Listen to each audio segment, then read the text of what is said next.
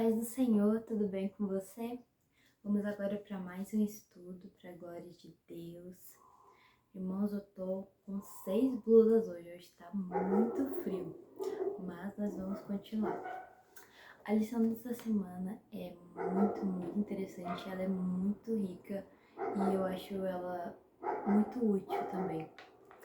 Então vamos para o tema. Caminhando com Deus em meio à dor. É muito profundo, né? Porque só com esse título eu acho que já dá pra gente entender que nós, mais uma vez, não estamos isentos da dor, mas nós temos uma presença, nós temos a presença de Deus com a gente, o que deixa tudo mais leve, deixa tudo mais fácil.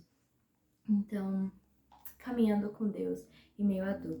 Qual é o objetivo dessa lição? É muito legal, né, a gente saber o objetivo, porque a gente já sabe onde a gente vai chegar. Mostrar como o cristão deve enfrentar o sofrimento e desafiá-lo a ser produtivo e esperançoso mesmo em meio à dor. Então, mesmo em meio à dor, nós podemos continuar, nós podemos ser esperançosos, né? Que eu acredito que é isso que o Evangelho nos mostra mesmo. Que nós temos que pensar na glória futura, nós temos que pensar no dia que Jesus voltar e que nós estaremos com Ele e onde não haverá mais dor, sabe? É nisso que nós devemos focar. Aqui, uma parte que eu grifei aqui na introdução é: o sofrimento não escolhe época, lugar, classe social, cor de pele ou religião. O sofrimento, ele simplesmente chega com alguma situação para nós. Ele não escolhe o momento certo. Não é apenas os adultos que sofrem, mas também os jovens, também as crianças, também os velhos. Ele não escolhe idade, ele não escolhe o tempo. Não é só as pessoas de 2023 que sofrem. Existem muitos anos antes e muitos anos à frente de sofrimento também. Mas Deus também está presente na vida de todos, não só no presente, mas também esteve presente no passado e também está presente no futuro, porque Deus é de eternidade a eternidade. Então, vamos ver aqui os passos para nós conseguirmos caminhar com Jesus em meio à dor. Aqui na lição foi separado 3 importantes passos que nós precisamos entender e colocá-los em prática para que nós consigamos caminhar em meio à dor com Jesus. O primeiro passo é literalmente caminhar. Parece até um pleonasmo, né? Caminhar, caminhando. Enfim, você tem que continuar, prosseguir, andar. Nós não somos robôs, né? Então nós não vamos simplesmente sair andando para frente aí, não. Mas nós sabemos qual é o nosso objetivo, nós sabemos qual é o nosso alvo, que é Cristo. Então, nós devemos continuar da forma que nós estamos, seja com alegria, pulando e saltitando, ou seja chorando, seja em momentos de tristeza, mas nós devemos continuar buscando e indo em direção ao nosso alvo.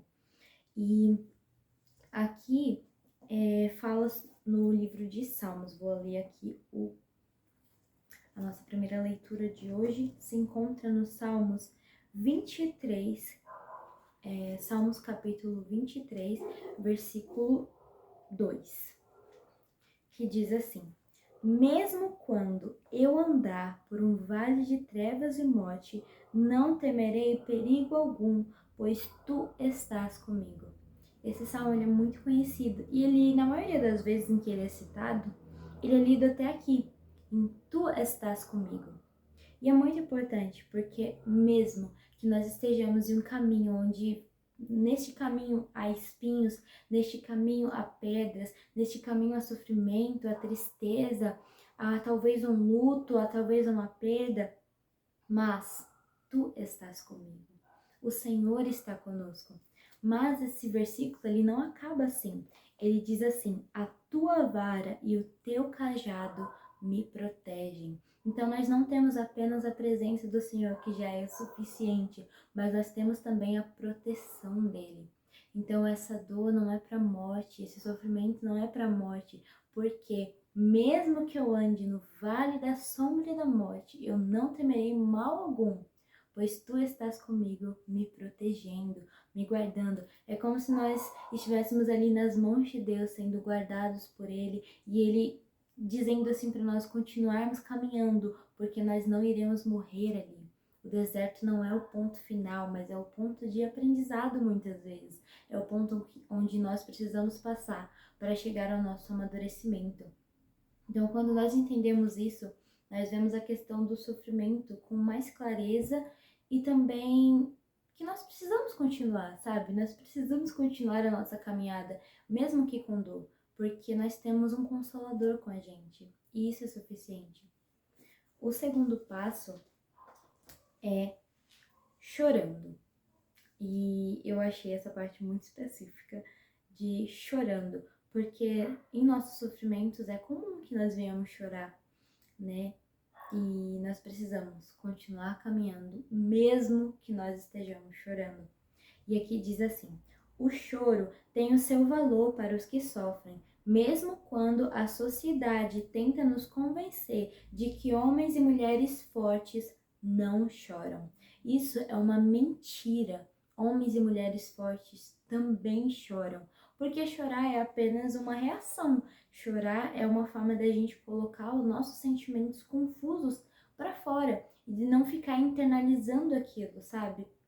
E é muito importante a igreja olhar para isso.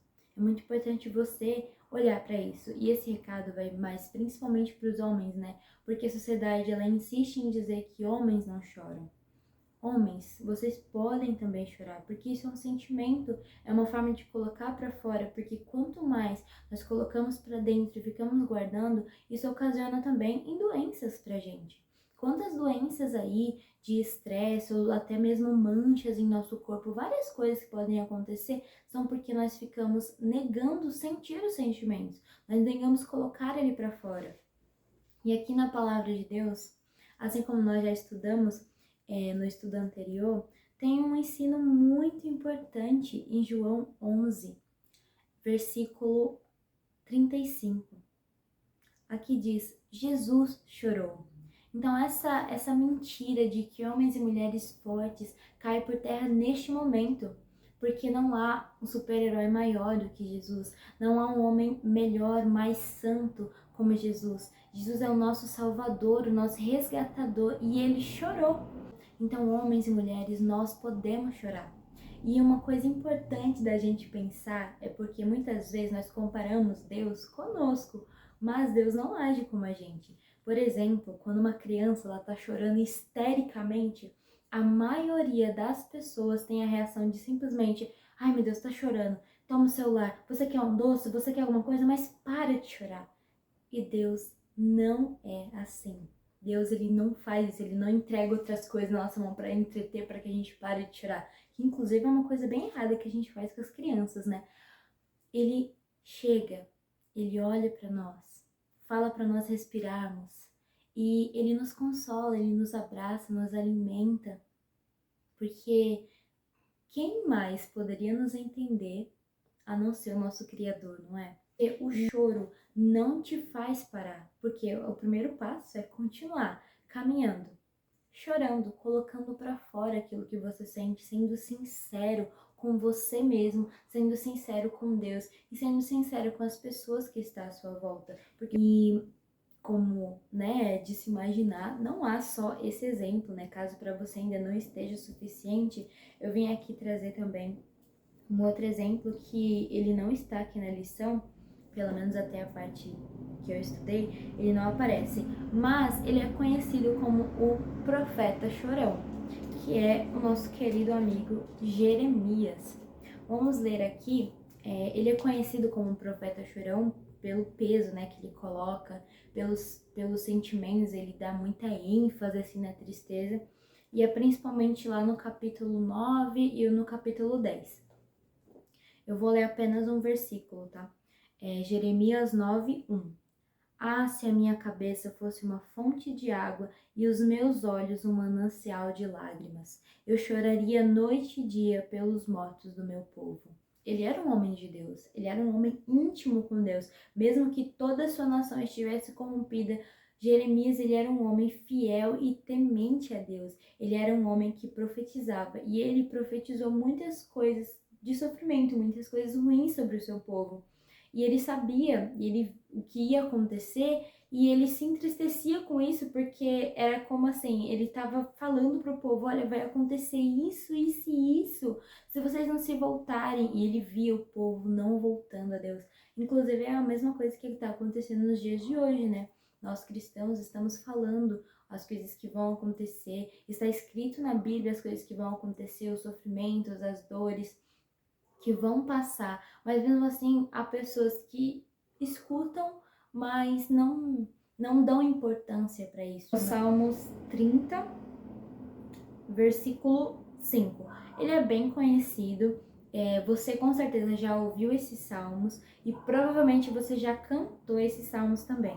Pois a sua ira só dura um instante, mas o seu favor dura a vida toda. O choro pode persistir uma noite, mas de manhã irrompe a alegria. O choro dura uma noite, mas a alegria, ela vem com a manhã. Eu creio, eu creio. Né? Quantas vezes nós já ouvimos esses salmos, né? O choro dura uma noite, mas a alegria vem com a manhã. E é nisso que nós cremos. E é por isso que o caminhar é importante, é por isso que o chorar é importante. Porque de manhã chega a sua alegria. E esse amanhecer está muito ligado também com o dia que Jesus voltará. A nossa verdadeira alegria vai romper quando Jesus voltar e toda essa dor acabar e todo esse sofrimento passar. Não vai haver mais nenhum motivo de choro, não vai mais haver lembrança de dor. E é nisso que nós devemos seguir. E o terceiro passo, eu imagino que você já deva até ter pensado sobre ele, que é confiando. Você precisa confiar.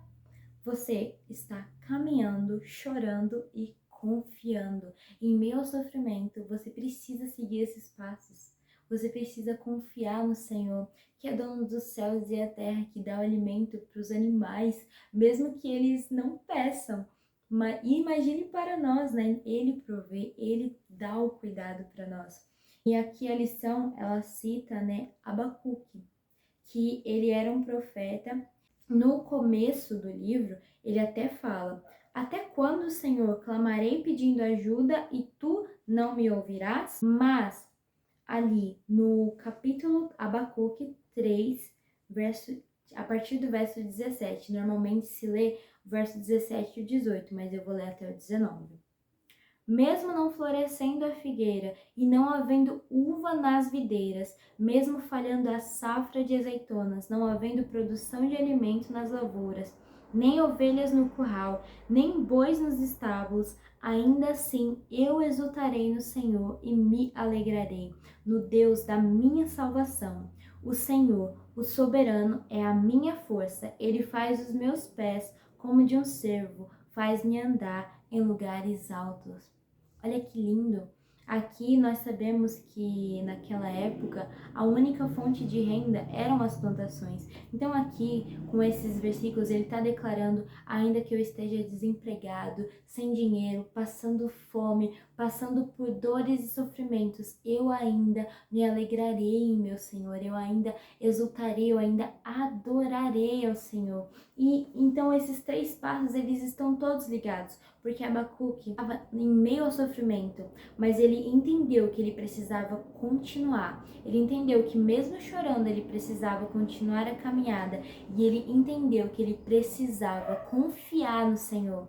E isso foi uma revelação que foi dada a ele após ele se entregar a Deus, após ele se derramar a Deus, a ser sincero com ele, a chorar aos pés do Senhor. Ele entendeu que mesmo que não florescesse mais nenhuma árvore, mesmo que da terra não brotasse mais nenhum fruto, mesmo que não houvesse mais nenhum animal para alimento, ele ainda assim estaria alegre, porque ele teria a presença do Salvador. Todos esses passos, eles estão ligados e que eles nos levam para um nível de intimidade com Deus bem maior. Quando você entende que você não precisa buscar a Deus só quando você está feliz, mas sim todo o tempo. De que quando Deus se refere ao secreto, Ele também está se referindo à sua dor e à sua tristeza, que nós sabemos que nem tudo que nós passamos nós podemos contar para qualquer pessoa, nós podemos expor para os outros, mas Deus, ele conhece nosso coração e ele permite que nós chegamos a ele e nós venhamos desabafar o que nós sentimos, nós viemos derramar sobre ele todos os nossos sentimentos, as nossas lágrimas, e para ele tem valor. Para ele tem valor a sinceridade, para ele tem valor a nossa lágrima. Ele deu a vida por você, porque ele não te daria apoio, porque ele não te abraçaria nesse momento de dor, sendo que ele te ama. Então vamos fazer uma oração e encerrar os nossos estudos, amém? Meu Deus, meu Pai, obrigada por este estudo de hoje, obrigada pela vida dessa pessoa que está assistindo ou que está escutando, Pai. Obrigada, Deus, porque o Senhor tem aqui nos revelado passos para servir melhor, passos, Pai, que nós entendemos, Deus, que em meio ao nosso sofrimento, a Tua presença não falha. O Senhor é fiel em todo o tempo e o Senhor está aqui, Pai, para nos abraçar, para nos acalmar em nossos momentos de desespero.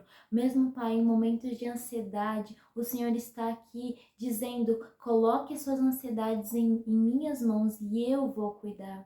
O Senhor está mostrando, Pai, que o deserto não é um lugar de morte, mas sim um lugar de aprendizado, Senhor Jesus. E eu te agradeço por esta revelação que o Senhor nos deu através da Tua palavra, Pai. Porque a Tua palavra, Deus, a Bíblia Sagrada, Pai, é a Tua palavra para que nós venhamos mergulhar nessas Escrituras e entender a Tua vontade. E entender que nós não precisamos parar por estar tristes. Nós precisamos entender que nós podemos continuar, porque nós temos um que carrega os nossos fardos, nós temos um que segura em nossa mão, nós temos um que nos abraça quando precisamos, nós temos um que sempre nos escuta em todo o tempo, Pai. Obrigada, Senhor Jesus, por todo este amor, por todo este cuidado. Obrigada pela vida desta pessoa, que ela tenha sido edificada, Pai, não por mim, mas pelo Teu Espírito Santo, Pai. Que ela tenha entendido, Deus, o poder que há nas Escrituras e o poder que há em continuar caminhando, Pai, ao seu lado. Amém. Que eu e você permanecemos com o coração em chamas, hoje e sempre. Amém.